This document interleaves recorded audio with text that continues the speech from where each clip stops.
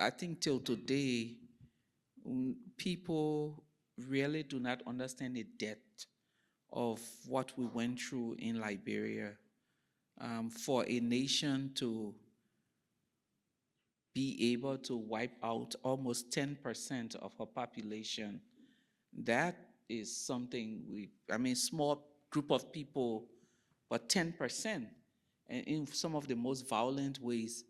When we, I, when we started the movement, I think basically we were trying our hand at just getting relief. Sometimes during the war, I had cried so much that I could not produce enough tears. So in those moments, we're going to die anyway. But let the narrative not be that we did not try. So that was the drive behind the work that we started doing. And when you are not afraid to die, you take chances. So every morning we woke up, we did different things.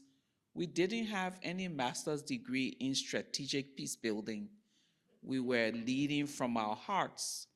We were moving and doing stuff that we felt was important for that day.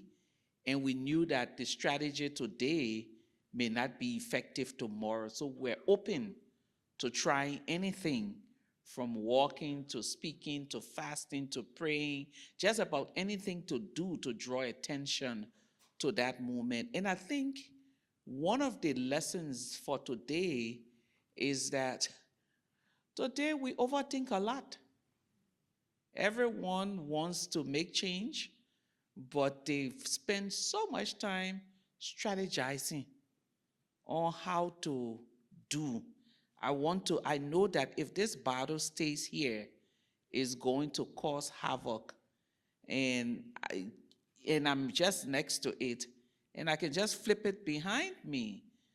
But I want to look and see how, by moving this battle, how it's going to affect Ifa's mental health, and how is it going to affect the aesthetic of the room, and how is it going to affect the friendship around here, and all of the different things. Let me put it the way my colleague Tawaku Kama put it a few days ago when we were in New York at another event. Tawaku says, and we're talking about authoritarianism, and she said, those who are creating all of the chaos in our world, they don't stop to think. They don't start to validate who's coming into their circle. If you walk in, they welcome you. Those of us who want to do good, on the other hand, we want to make sure that our values are aligned, our skin colors are aligned, our hair tone are aligned. And for the times that we live in, the more we overthink the strategy for change, the more grounds those who are committing evil, creating evil are gaining. And that's the lesson from Liberia. We never stopped to think who was paying attention. The day we wanted to issue a press statement, we had $10 in our handbag. We used that. Whatever the hell is going to happen tomorrow, did I cuss? We don't care. What we know is we've done what was necessary for today.